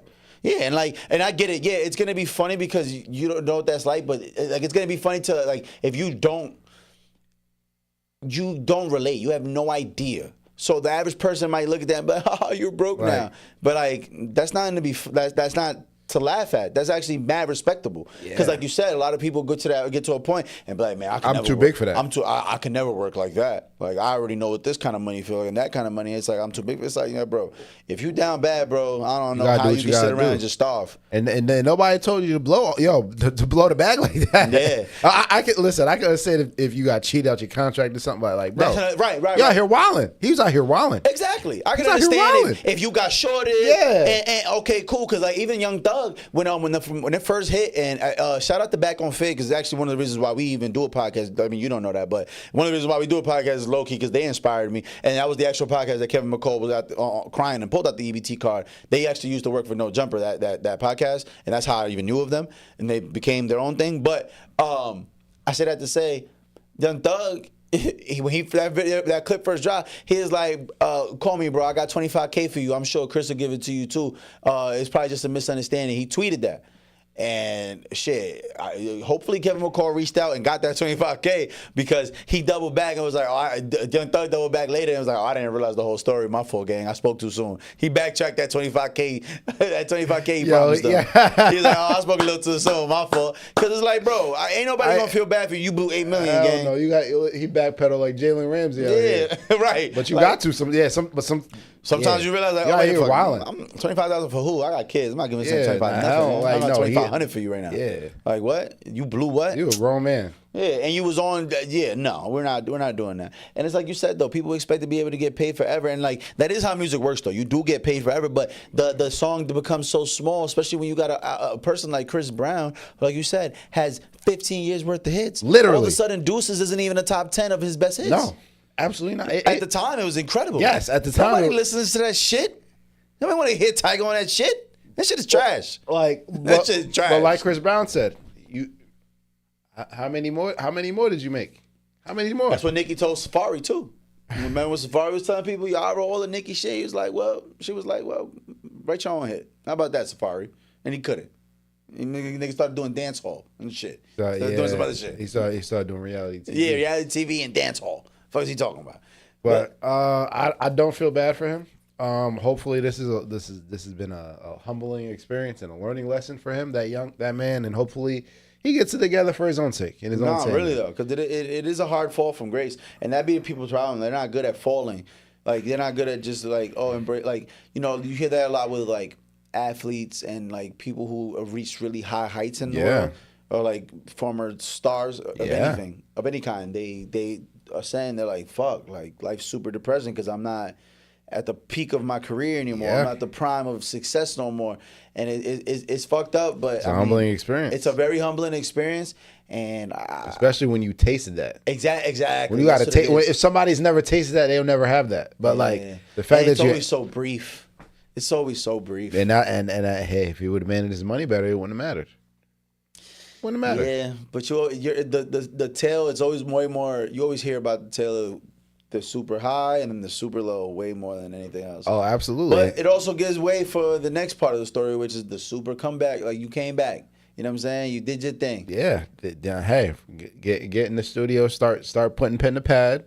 Do what it do. If that's the route you want to go, or you just want to look for sympathy. Look at my boy Maurice Claret. Maurice Claret, people don't know about Maurice Claret. He was a former super duper star out of Ohio State, played running back, and he got into some trouble, never made it to the NFL for real, never got that big contract, never got that big payday. This is early 2000s before there was ever NIL. I'm sure they gave him some bread on the table. Absolutely. Nothing that was going to take care of him forever for real, especially if you're 18, 19 in the spotlight, you're a superstar. It's you and LeBron on every magazine in Ohio. And he went flat broke. And he wasn't doing too good, even to just recently. He was doing It Is What It Is episodes with Cam and Mates, and he was playing like, I never really reached the pinnacle. And then he came back like a year later, which just recently, a couple weeks ago, they dropped the episode. He was on there, and he's in his brand new mansion, got his suit on, and he's telling me like, I was building this company the whole time. We're finally in the green, and it was just dope to see. Like, damn, that's the redemption story. Like it might have took him 25 years later, but he made it happen. When you have that mindset, or whatever it is, you can survive in any element, any avenue. That's a fact. And kind of what you were alluding to earlier in this episode, which I don't necessarily disagree with you. But yeah, no, I'm listening. Go ahead. No, kind of what you were talking about. Like, listen, you put certain people who have a certain amount of work ethic, certain amount of goals and aspirations and motivations. You put them in any avenue or any environment, and they'll thrive. Set them at zero, they'll find a way to make it back. Oh God, you know. Oh God, it's kind of what you were talking about, and I don't disagree with what you were talking. I don't disagree with anything you were saying before. Yeah. It's just about a want. Do you want it? Yes, do you not? correct. You know my only thing is you shouldn't have. Yeah, no, I get that. That is my thing. You should listen. So I wanted to talk about. Did you hear what's going on with these AI data centers and electric bills? What's happening? Have you noticed? Have you noticed your electric bill going at all? I wish I could tell you. I pay my electric bill. Nah, let me stop. Yeah. It went up, but like I don't even paying attention. Well, to that shit. It's going up for a lot of Americans, and it's going in Middle America is about to start getting it the worst, and a lot. It has a lot to do with these AI data centers. And are you familiar with data centers at all? I mean, no, I don't think so. Okay, so sounds self-explanatory, but I want to hear you explain it. We got our phone in our hands. Remember back in the day, or with gaming consoles, to where you had a big desktop computer or a gaming console, they had a fan, and it got real hot. That still happens. The only difference is it happens digitally. There's huge data centers. So like if you type something into Chat GPT, it'll go to a data center somewhere, spin, and come back. So huge data centers, they require a large amount of power, and a large amount of water, and a large amount of space. And they're remote now. It happens. It doesn't happen here anymore. It happens digitally. So basically, what's going on is the American taxpayers, citizens are footing the bill for a lot of these large data centers for AI stuff, for a lot of Chat GPT, a lot of open AI stuff. So, so a lot of people's bills, energy bills, are going to start rising, and it is typical and of like everything that's been going on in this country, to where they will publicize the funding, but privatize the profits. So we're supplementing the cost for a lot of these private data centers, and a lot of electric bills, a lot of stuff is going to go up. There's a lot of places that use taxpayer funded money to create the data centers. Like I said, it's socialism for me and not for thee. We're okay with socialism as long as the private sector is the ones that benefit from it and not the people. This is just another example. So I don't know if you able to see your bills going up, but I've seen mine go up, and in the Midwest it's about to get even worse. So we're going to be footing a bill for a lot of the data centers. Yeah, I know AI for sure is taking over the world. That's what I do know. Amazon just announced they're going to be replacing so many different jobs. If you're a paralegal, if you're an assistant, if you're in call centers, it's about to be wrapped for so many people. If you're an assistant, yeah, damn, yeah, Amazon is building a warehouse, AI automated. I think it's going to replace like 30,000, 40,000 jobs at this one place. Yeah, bro, it's coming. The times is coming. Motherfuckers need to learn how to be mechanics, electricians. Those are going to be those are never going anywhere. Those are going to be the next millionaires. Yeah, and that's what I be thinking. Like, it's just about adapting to what's happening next. Trades. You know what I'm saying? Everybody was working at fucking clothing and silk factories, and then when we realized we needed steel for the war, and then all of a sudden we got steel mills and all these steel factories left and right, and it was like, all right, fuck the clothes, we need to go build some machines. Go over there, go learn how to do machines. Leave the clothes alone, build the machines. Get the kids to work on the clothes. And we needed boats. Everybody go to the dock, start building fucking boats. It sounds like everybody right now hit up Lincoln Tech, hit up ITT, UTI, all that shit. Get your shit together. EducationConnection.com. Yeah, on my mother. Whatever little Romeo was talking about. With Education Connection, get connected for a free. What? That was my. What? That was a bop. Yeah, that was a bop. Wait, which one was it? No, the ride. Little Romeo had the ride. Shout out to No Limit. But listen, go get your shit together, bro. Because they're not playing with you. Because what you mean 30, 40,000? And I've been seeing, AI is insane, bro. Yeah, bro. You're so right. Because you say paralegals and assistants, I'm thinking about like, people are literally using AI to like, write this, whatever. I don't even know the right words. Deposition for this court matter. Write this. Hey, take this and I need you to make notes from it. I need you to schedule these appointments. Like I'm telling you, a lot of positions are going to be out the window. That's crazy because it really reminds me of fucking Smart House. Remember Smart House? Shout out to Taj Mori. No, it wasn't there for Smart House. I got something to say after you finish. I just aged the shit out of myself by even mentioning that movie. But Marv, you remember Smart House? How y'all remember Smart House? Taj Mori from Tia and Tamara, that little brother, he was stuck in the house, and the house is a genius house that they won in like some kind of lottery or some shit. On Disney Channel.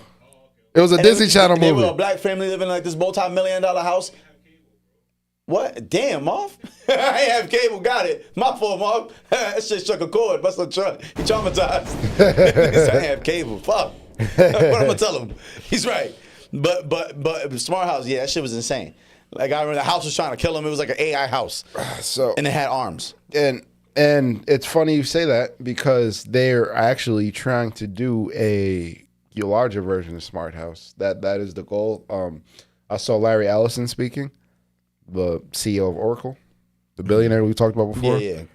And he was talking about as far as they're talking about digital IDs. They want everything to go digital. They want to know everything about everybody. Everything about everybody. And their goal is to use AI and algorithms to start predicting stuff. Right. Start predicting stuff. And I know you're not into Marvel, but that's literally Hydra. That's literally what Hydra did from fictional reasons. Hydra was. I'm gonna explain what Hydra was, and you're gonna be like, that sounds familiar. Right.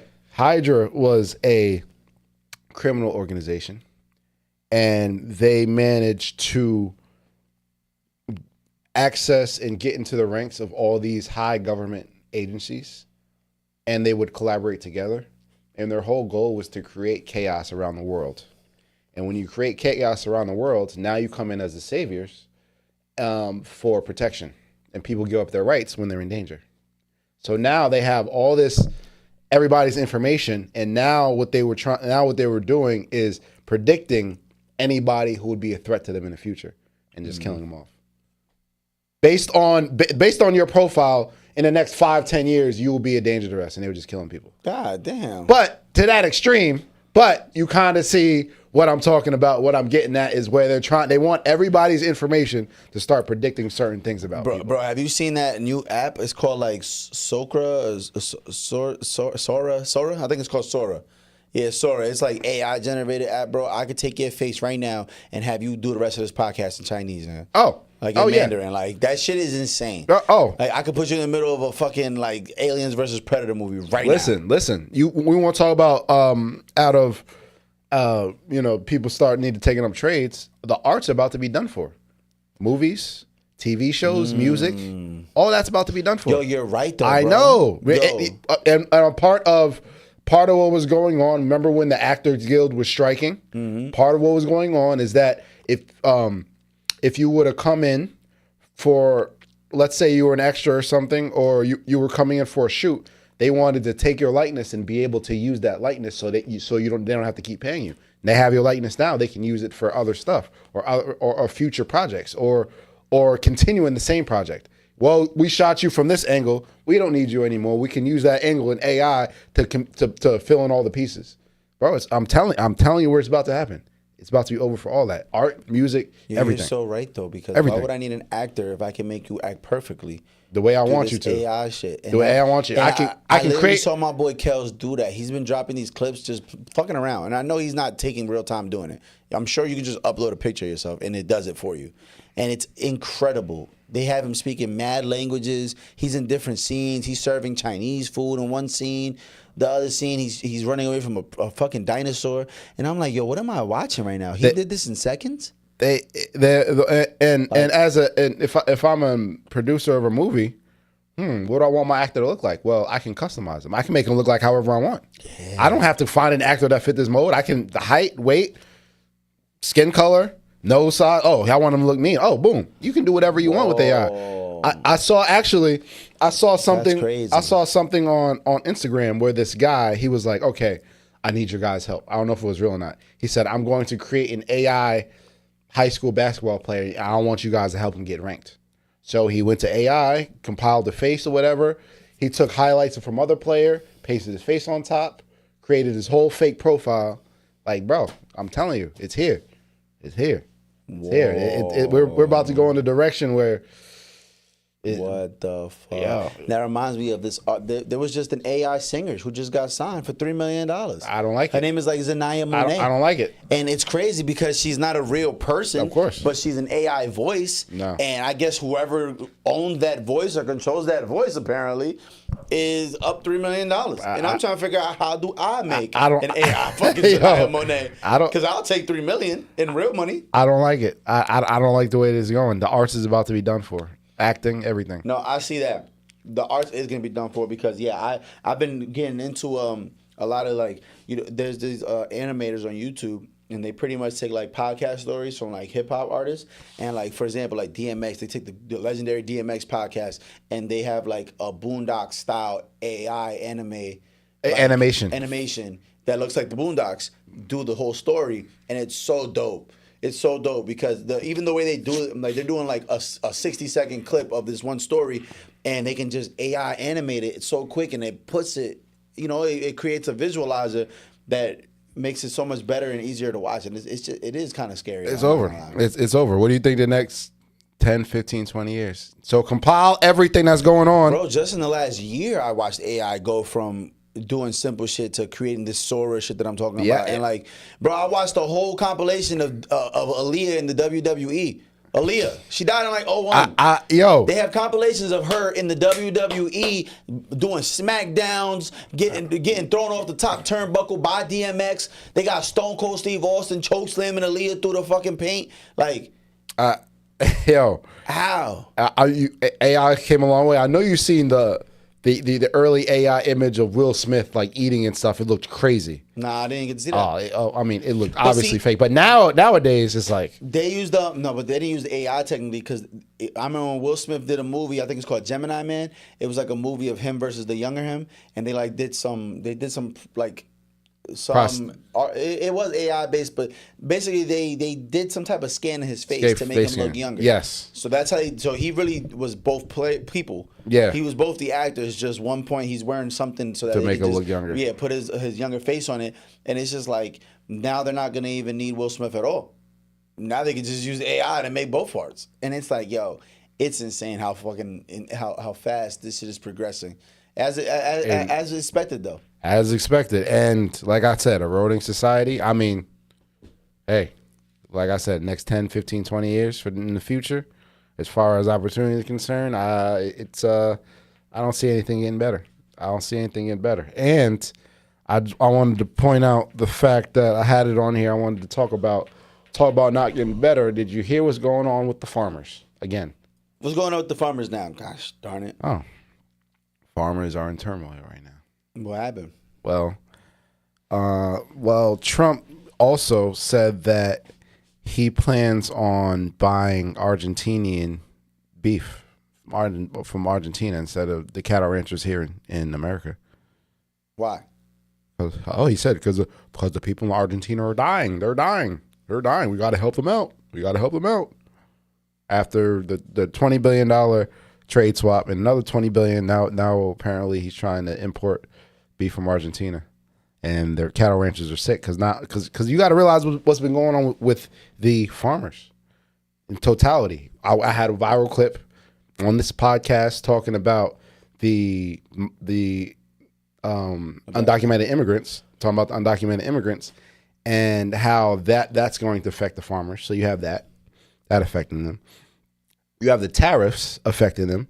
There are a lot of countries that aren't even, because the instability with the tariffs and Trump is so he's so unpredictable that they're not even worried about buying stuff from America anymore. They're just buying stuff overseas, like soybeans and stuff. So a lot of countries like China, they're not buying a lot of their produce from America anymore. They're just going to other countries to do it. So you have the immigration, you got the tariffs, and now you got him talking about buying beef from Argentina instead of America. And the middle American farmers they're about sick of it. But I just want to say, Marv, can you play a round of applause? I want to clap it up for them. Clap it up for the farmers. I'm happy for you guys. That's what you wanted. I'm happy for you guys. 4 out of every 5 counties in this country that rely on farming voted for Trump. That is 4 out of every 5 counties that have farming as the backbone voted for Trump. So you guys are getting exactly what you wanted, exactly what you voted for. He told you his immigration policy, knowing that a large amount of your workforce might be undocumented. He told you about the tariffs, knowing that the tariffs might affect your business. But this little Argentina move is just a little cherry on top. He didn't tell you about this, but it's something you guys all voted for, and I'm happy you guys are getting exactly what you want. And what I see happening is you're going to have to sell your farms on pennies on the dollar to these mega conglomerate corporations, and you're going to be working that farm because it's not going to be a lot of workers in demand, and you're going to be sharecropping on your own farm that you probably had for generations. And I hope you're not thinking about retiring, and I hope you're not thinking about any type of social program, Social Security, because you don't like handouts. You don't like Social Security. You voted against Social Security. So I hope you guys get exactly what you want, and you guys work that farm until the day your heart stops beating, because that's exactly what you wanted. That's exactly what you voted for. And I want more people to get what they wanted, to get what they voted for. Normalize celebrating when people get what they voted for. So I'm happy for you guys. I hope you guys go out of business. Yo, what the fuck? You just rolled them in a spliff. They rolled themselves in a spliff. Yeah. They rolled themselves and why do like I cannot have empathy for the people that don't have any empathy. Nah, it's absolutely. I can't. I cannot. I'm happy for them. Like, yeah. I'm happy for them. That's right. He's cooking right now. He's talking that shit. I can't have sympathy for the non-sympathetic. That's exactly what they wanted for. 4 out of 5 counties. 4 out of 5 farming counties voted for this. That's exactly what you voted for. So I hope you don't get any government assistance because you don't like government assistance. You don't like handouts. Guess what? Pull yourself up by your bootstraps. Go ahead. Work them farms. Yeah. Work that farm yourself. Guess what? If you can't find anybody to buy it, guess what? Look somewhere else. You got this. Go ahead. Nah, yeah. You're just gonna have to pay fucking Chadwick $50 an hour to do hard labor. Yes. You got Instead this. of, you feel me, Don Julio. Y'all were telling do that shit for $15 an hour. Y'all were telling me for months about how tariffs worked, and we didn't know anything what we were talking about, and tariffs were good for the people. That's what y'all were telling us. So thank you. Congratulations on your farms failing, and I hope they continue to fail. Damn. I'm just being honest. I'm just keeping it a stack. I'm happy for you. I'm just happy for the farmers. Nah, that is crazy though. You talking about you gonna buy the kettle from Argentina, bro? Yeah, yo, bro. Do you see? Bro. Do you see what's going on?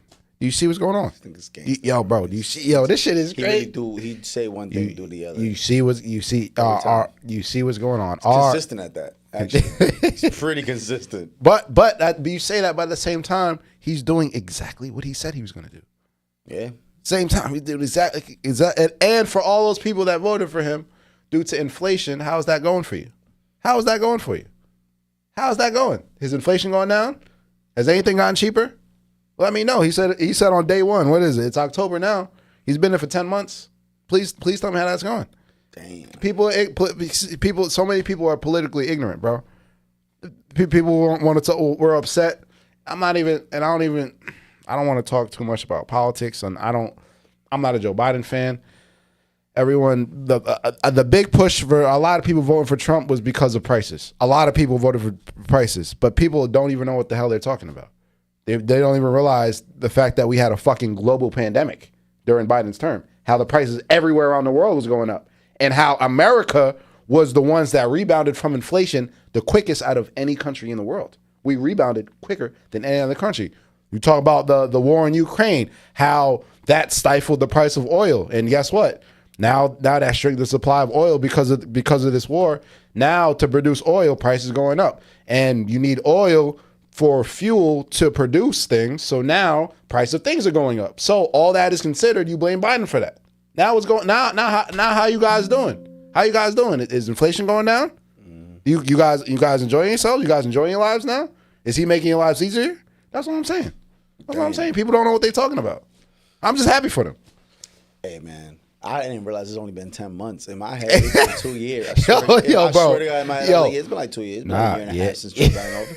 It's been 10 months. It's been 10 months. Oh shit. It's been 10 months. It's been 10 months of this. Means there's 34 months left. Yo. 38. 38.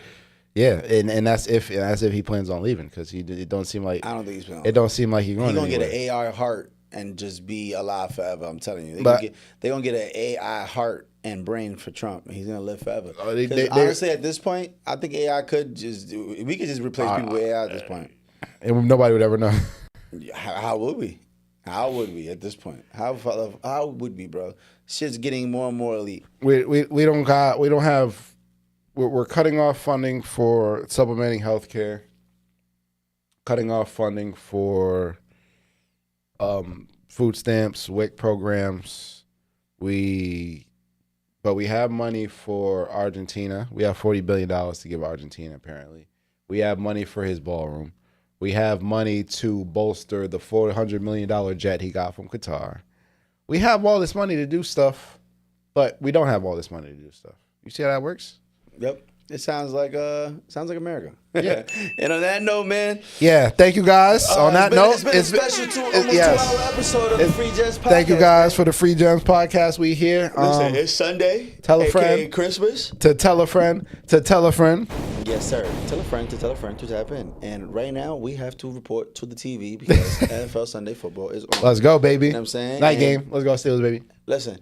We gone. We out of here. Y'all. We see y'all next week. We got a lot more coming for you guys. I know we keep saying that, but Clips coming soon. On the way. OT Dubs. Yes, sir. We gone. Let me go rescue my son. He probably over there having a college life when I have that. Oh yeah.